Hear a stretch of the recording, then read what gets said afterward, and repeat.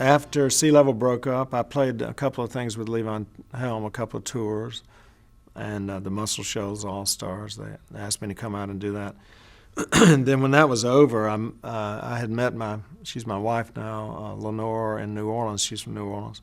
Some people introduced me to her. I was divorced, and so I moved down to New Orleans with her and her little 2-year-old son. And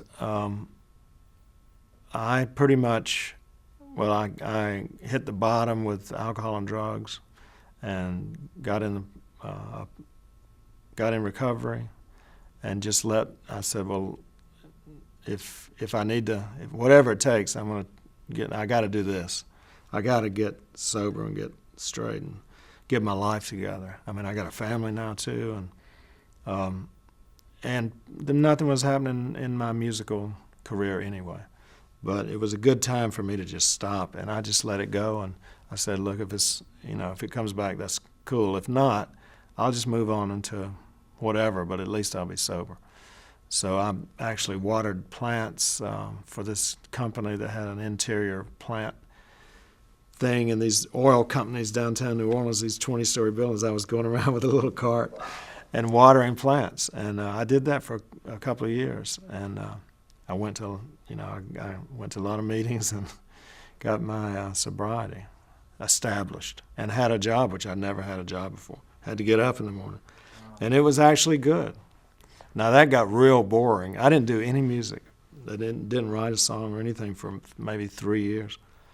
But at some point along in there, I started realizing, okay, I'm sober, but I've left all my creative life behind because it was so scary to think of doing it without any chemical aid, because we always were high somehow writing. So it was very scary for me to even approach that part of my life, but I did. I started playing around with piano and writing, and I came up with a couple of things, and I said, well, this is good. But I'm not going to make a living at it, but it's great. At least I'm writing songs again. So I went back to school. I thought I tried biology. I tried that for a while. Then I went to social work and got my master. I went to Georgia, brought the family up to Georgia, to Athens, because I really was itching to write some with Davis too again. I started writing, so I thought, well, let's go to Athens and I'll write some songs and go to school too, so I'll have a profession. I can work in a treatment center, I can work as a therapist. So I did that and started school, and then about halfway through school I get this call from Steve Winwood's people, and they're like, hey, you want to join this tour? Steve wants you to be in a band. And I said, God, I haven't even picked up a horn in years, and I didn't even own a tenor sax, and that's what they wanted. And I said, well, okay.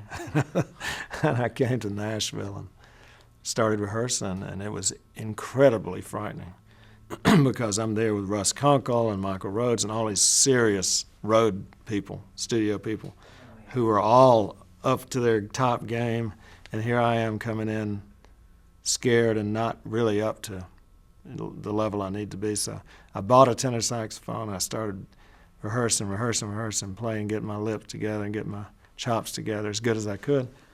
And I got out on that tour. That was the Roll With It tour, big tour. And I thought, well, that'll be the end of that, after this tour's over. And they called me back every time for 16 years I played with him. And I was the only one that got called back after all those times. So it was a great period of my life, even though it was hard on my family. They were in a new town, and I was gone for 3 months at a time sometimes. But it was a big, the most successful part of my life, playing a Traffic tour. We did a reunion with Jim Capaldi and Steve, and so some great, great moments of performing and sober. How did they find you? Through Mike Lawler, he was the musical director, and he had heard me from Sea Level. We recorded some in Nashville. He knew that I could play piano, sax, and sing, and they need somebody that could do all three of those things. So that's how it came about, really through Sea Level, through being in Sea Level and recording in Nashville.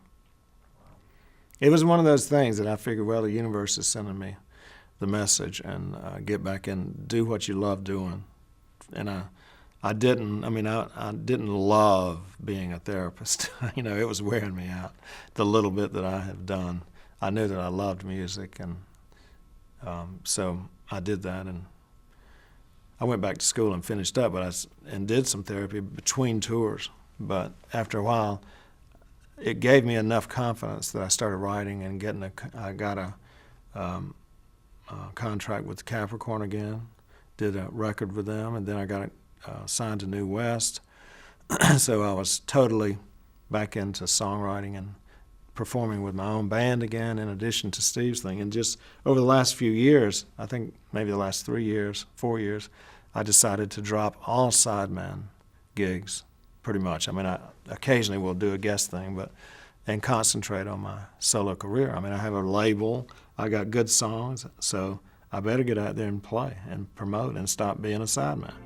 And so that's what I did.